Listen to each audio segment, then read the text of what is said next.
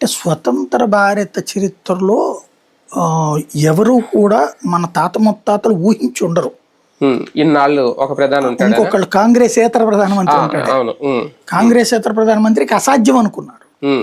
అలాంటిది మన తరం చూడగలిగాం. అవును, నిజమే. అది కూడా అసలు కాంగ్రెస్సే లోకం తప్ప ఇంకోటి లేదు అన్నటువంటి స్టేజ్ నుంచి అసలు కాంగ్రెస్ తో అవసరం ఏంటి అనే స్టేజ్ తీసుకొచ్చారు.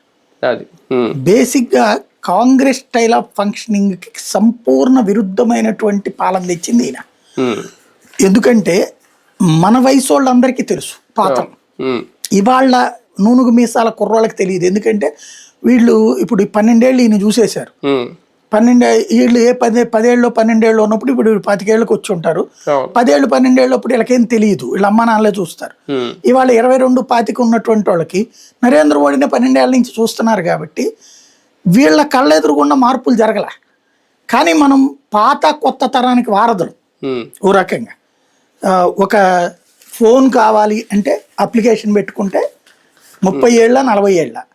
అవును, అసలు ఫోన్ ఉండటం, ఒక ఏరియాలో ఫోన్ ఉండటం అంటే చాలా గ్రేట్.